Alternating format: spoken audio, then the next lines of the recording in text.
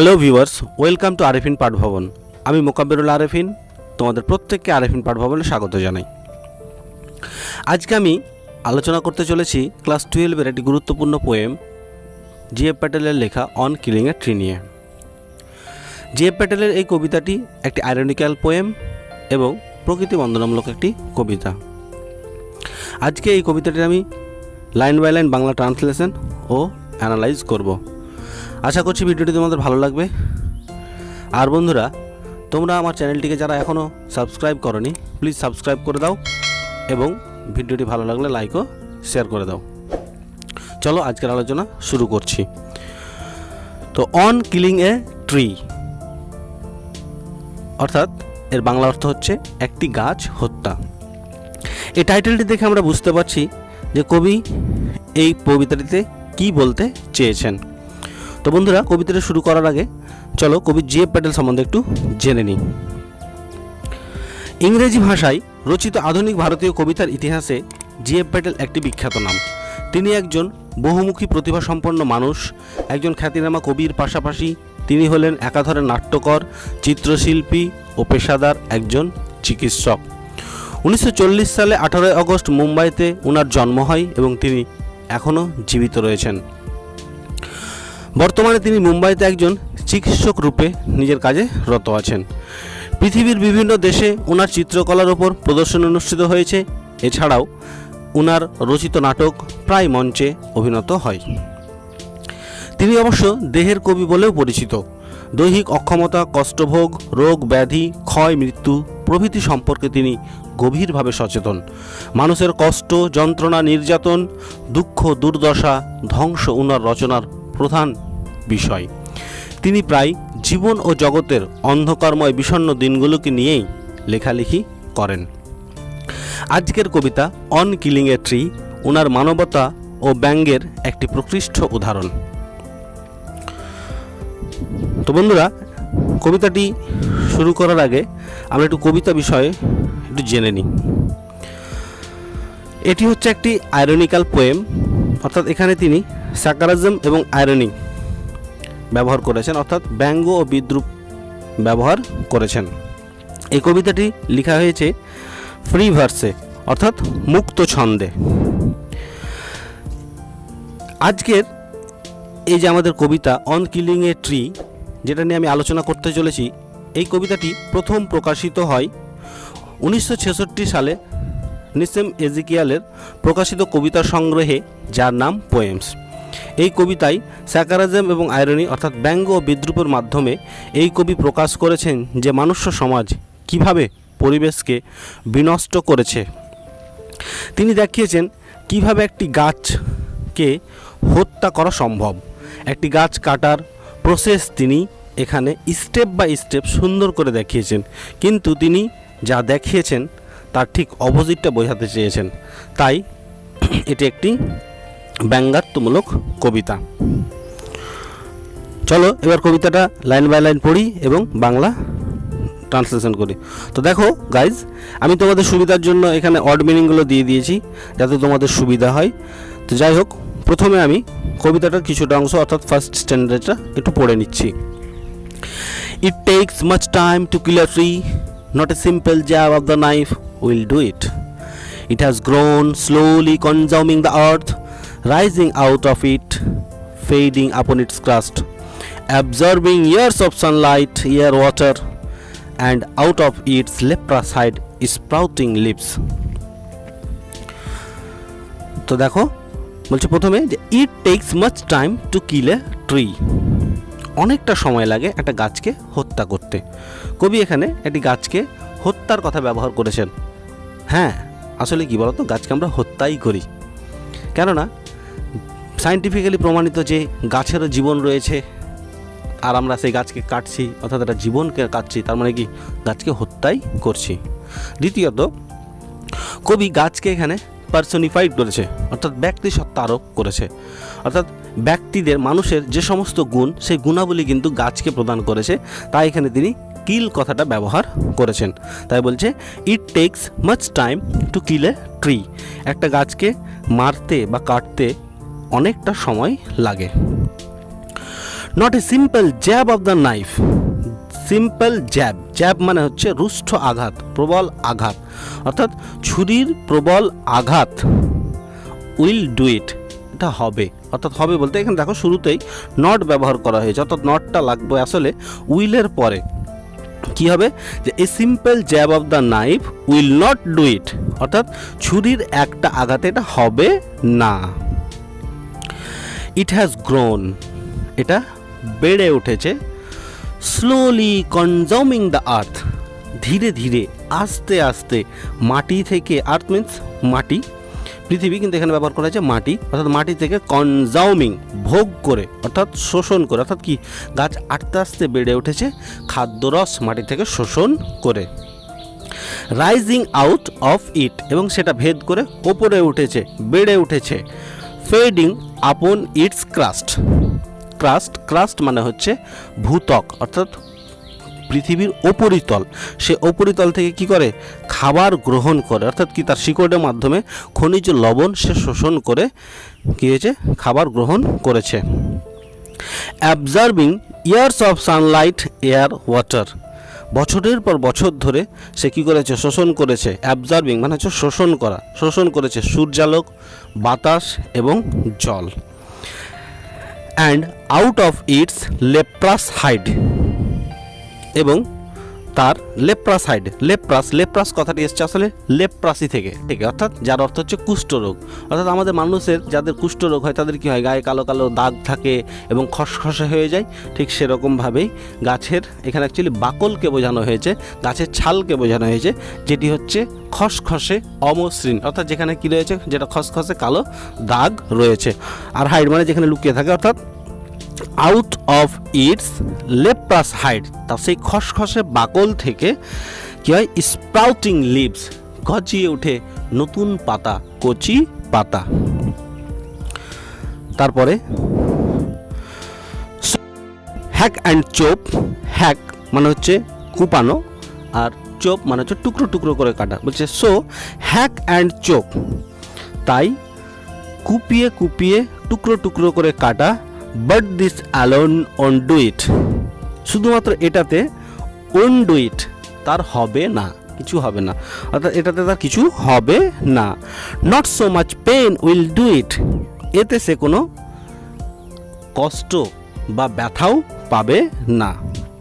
অর্থাৎ এখানে দেখো এর আগে যেটা line, but this alone wouldn't do it, অর্থাৎ এটাতে তার কিছু হবে না, এখানে ইট বলতে বোঝানো হয়েছে the killing of a tree, গাছকে হত্যা। আর পরে যেটা বলছে not so much pain will do it, এইটাতে তার কোনো ব্যথা হবে না, অর্থাৎ ইট বলতে এখানে কিন্তু সো হ্যাক অ্যান্ড চোপকে বোঝানো হয়েছে। অর্থাৎ এখানে আমরা তাহলে কি দেখলাম, প্রথম ফার্স্ট স্ট্যান্ড যেটাতে কবি কী বলছে যে একটা গাছকে কাটা অত সহজ নয়। কেন সহজ নয়, কেন সেই গাছটাকে কাটা সহজ নয় সেইটাকে সে ব্যাখ্যা করেছে এখানে, যে কেননা একটা গাছ দীর্ঘদিন ধরে কি করে মাটি থেকে খনিজ লবণ শোষণ করে শিকড়ের মাধ্যমে, এবং সূর্যালোক থেকে তাপ শোষণ করে, এবং বাতাস থেকে সে কী করে কার্বন ডাইঅক্সাইড গ্রহণ করে। এইগুলো গ্রহণ করার ফলে সে কী করেছে দীর্ঘদিন পরে সে আস্তে আস্তে বড় হয়েছে এবং তার সে বাকল থেকে কচি পাতা গজিয়েছে। তাই সেই হ্যাক অ্যান্ড চোপ অর্থাৎ কুপিয়ে টুকরো টুকরো করে কাটাতে তাকে কিছু হবে না, সে খুব ব্যথাও পাবে না। দ্য ব্লিডিং বার্ক উইল হেল, তার রক্তাক্ত বাকল ক্ষত সারিয়ে উঠবে। হেল, হেল মানে হচ্ছে সারিয়ে ওঠা, আরোগ্য লাভ করা। আর বার্ক, বার্ক মানে হচ্ছে গাছের ছাল বা বাকল। তো এখানে বলা হচ্ছে ব্লিডিং বার্ক অর্থাৎ রক্তাক্ত বাকল। অর্থাৎ আমি আগেই বলেছি যে এখানে ট্রিকে কী করা হয়েছে, পার্সনিফাইড করা হয়েছে, ব্যক্তিসত্তা আরোপ করা হয়েছে, একজন পার্সন হিসেবে উপস্থাপন করা হয়েছে। তাই সেই গাছকে যখন আমরা কাটবো বা কোনো কিছুতে আঘাত করবো তার কী হবে, সে রস বেরোবে। অর্থাৎ আমাদের গায়ে যেরকম কোনো জায়গাতে কাটলে রক্ত বের হয়, সেখানেও কিন্তু কী হচ্ছে গাছের রক্ত বেরোচ্ছে, সেই রসটাকে রক্ত এখানে ব্যবহার করা হয়েছে। সে কী করবে, তার সে রক্তাক্ত বাকলটাকে সে আবার সারিয়ে উঠবে। And from close to the ground, এবং মাটির কাছাকাছি স্থানে অর্থাৎ মাটির সংস্পর্শে এসে, অর্থাৎ মাটির সংস্পর্শে এসে বলতে এর গাছটার কাণ্ডটাকে যদি আমরা গোড়া থেকে কেটে দিই তাহলে সেই মাটির যে অংশটুকুতে যে লেগে থাকবে সেই অংশটুকু অর্থাৎ মাটির সংস্পর্শে অর্থাৎ মাটির কাছাকাছি স্থানে will rise curled green twigs miniature boughs. Will rise, আবার জন্মাবে বা বেড়ে উঠবে কার্লড গ্রিন টুইগস, কোকচানো সবুজ কচি পাতা। টুইগস মানে হচ্ছে কচি পাতা।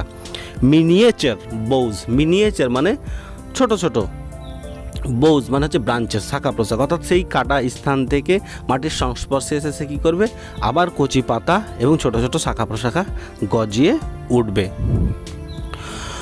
হুইচ ইফ আনচেকড, যদি সেটাকে দেখো, চেক চেক মানে কি নিয়ন্ত্রণ করা, এখানে আনচেক মানে অনিয়ন্ত্রণ করা, অর্থাৎ সেটাকে যদি নজর না দেওয়া হয়, উইল এক্সপেন্ড এগেন, তাহলে সেটা কি হবে, আবার পরিপূর্ণ হবে, এক্সপেন্ড পরিণত হবে, টু ফর্মার সাইজ, আগের আকৃতিতে। তাহলে এখানে দেখো প্রথম অংশে আমরা দেখলাম যে গাছ কীভাবে বেড়ে উঠছে সেটাকে বর্ণনা করেছে। তারপরের অংশে কী ব্যবহার করছে, যে গাছটাকে যে আমরা বড় হওয়ার পরে গাছটা যখন বেড়ে উঠলো তখন আমরা সেটাকে কেটে ফেললাম, টুকরো টুকরো করে কেটে ফেললাম, তার রক্তাক্ত বাকলগুলো আবার সে ক্ষতস্থানটাকে সারিয়ে উঠবে বা মাটির সংস্পর্শে এসে কচি কচি পাতা বা শাখা প্রশাখাগুলো আবার সেখান থেকে গজিয়ে উঠবে বা বেড়ে উঠবে। আর সেটাকে যদি আমরা আবার নিয়ন্ত্রণ না করি, অর্থাৎ সেটাকে যদি আবার আমরা ছেটে না ফেলি, তাহলে সেই গাছটা কী হবে, সেই শাখা প্রশাখাগুলো বড় হয়ে বিশাল একটা গাছে আবার আগের আকৃতিতে সে পরিণত হবে। তারপরে বলছে নো, না, এখানে দেখো বলছে নো, না, বলছে এত কিছু যে প্রসেস করলাম, গাছটাকে টুকরো টুকরো করে কেটে ফেললাম, এগুলো হচ্ছে এতে গাছের কিছু হবে না। কি করতে হবে, the root is to be pulled out of the anchoring earth, the root is to be pulled out, শিকড়টাকে উপড়ে ফেলতে হবে, out of the anchoring earth. Anchoring মানে হচ্ছে অ্যাঙ্কর, অ্যাঙ্কর মানে হচ্ছে নোঙর করা, নোঙর করা মাটি থেকে। অর্থাৎ কোন নৌকাকে যখন জলে স্থির করে রাখা হয় তখন কি করা হয়, একটা নোঙর নিচের দিকে ফেলে দেওয়া হয় যাতে নৌকাটা কোনো দিকে না যায়, স্থিরভাবে ধরে রাখে। ঠিক সেরকমভাবে এখানে মাটিতে নোঙর করে রেখেছে গাছটাকে কে, শিকড়। শিকড়টা কিন্তু গাছটাকে স্থিরভাবে শক্ত করে আঁকড়ে ধরে রেখেছে, তাই সেই শিকড়টাকে কী করতে হবে, উপড়ে ফেলতে হবে সেই নোঙর করা মাটি থেকে। It is to be roped tight and pulled out, snapped out. বলছে it is to be roped, rope মানে হচ্ছে দড়ি, আর এখানে ভার্ব যেহেতু ব্যবহার করা হয়েছে রোপ, দড়ি বাঁধতে হবে, টাইট শক্ত করে, and pulled out, snapped out, এবং সেটাকে উপড়ে ফেলতে হবে। স্ন্যাপড আউট মানে হচ্ছে হ্যাঁচকা টান দিয়ে, অর্থাৎ সেটাকে হ্যাঁচকা টান দিয়ে উপড়ে ফেলতে হবে। তাহলে এখানে আমরা দেখলাম যে বলছে যে কিছু হবে না গাছটাকে টুকরো টুকরো করে কাটার পরেও, কেননা সে আবার সে অংশটুকুতে নতুন করে গজিয়ে ওঠে, নতুন একটা গাছে আবার সে পরিণত হবে। তাই সে মাটিতে নোঙর করে রাখা শিকড়টাকে পুরোটাই হ্যাঁচকা টান দিয়ে উপড়ে ফেলতে হবে।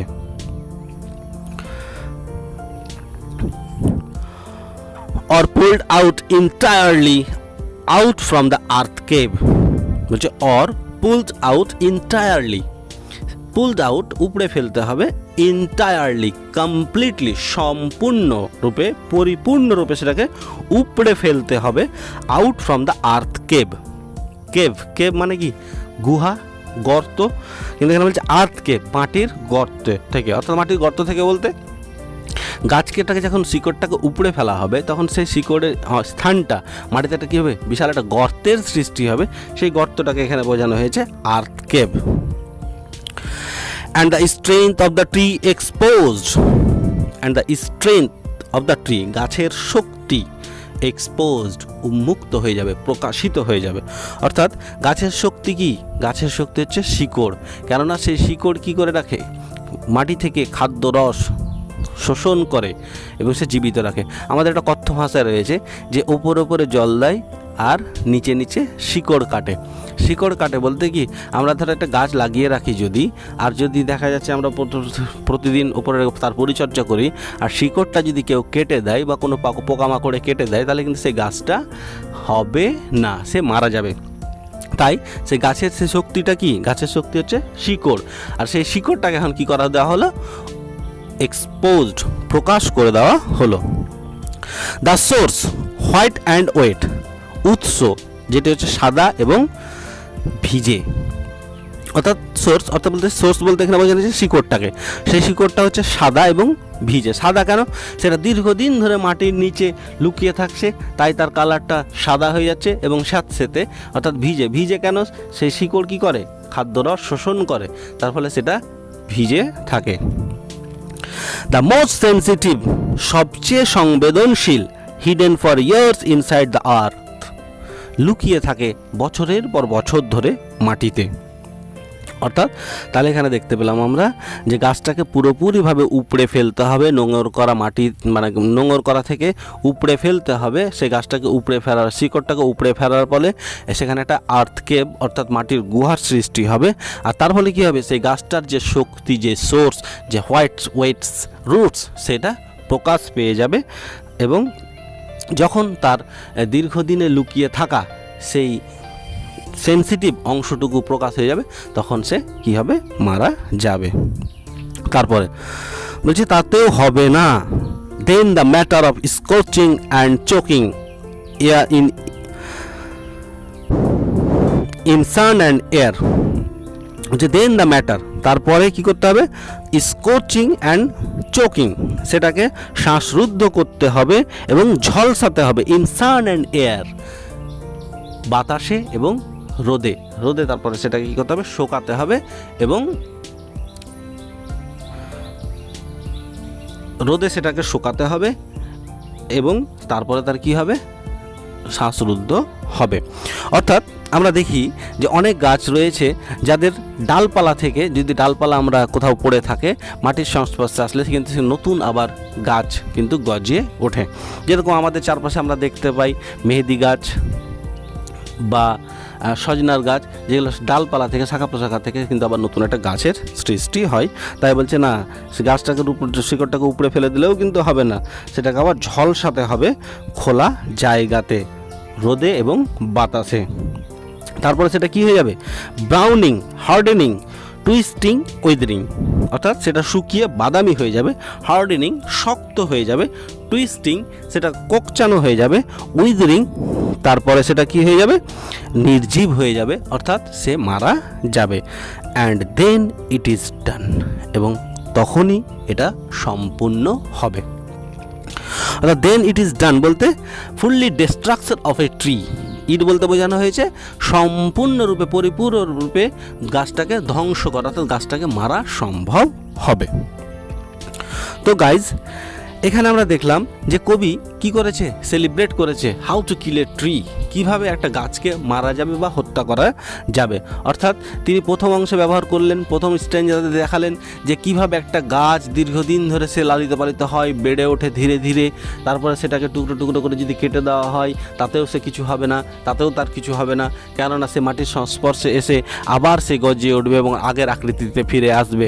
তাই কি করতে হবে? আমাদেরকে পুরোপুরি রূপে শিকড়কে মাটি থেকে উপড়ে ফেলতে হবে এবং তার যে শক্তি, তার যে সোর্স, সেটাকে প্রকাশ করতে হবে, তবেই একটা গাছ মারা সম্ভব হবে। তাতে বলছে না, তাতেও হবে না, তাতেও যদি না হয় তখন আমাদেরকে কী করতে হবে? সেই কেটে রাখা টুকরো টুকরো অংশগুলোকে রোদে ফেলে রাখতে হবে, রোদে ঝলসাতে হবে, পোড়াতে হবে এবং তারপরে সেটা আস্তে আস্তে শক্ত বাদামি হয়ে সেটা মারা যাবে। তারপরেই কিন্তু একটা গাছকে মেরে ফেলা সম্ভব হবে। তো সো গাইজ, তাহলে আমরা কবিতাটা পড়লাম এবং এর পুরোপুরি অ্যানালাইসিস করলাম। আশা করছি তোমাদের ভালো লেগেছে। আর এখান থেকে পরে আমি এমসিকিউ এবং এসএকিউ এর কোশ্চেন অ্যান্সারগুলো দিয়ে দেব, তোমরা দেখে নিও। আজকে এখানে শেষ করছি। Good bye.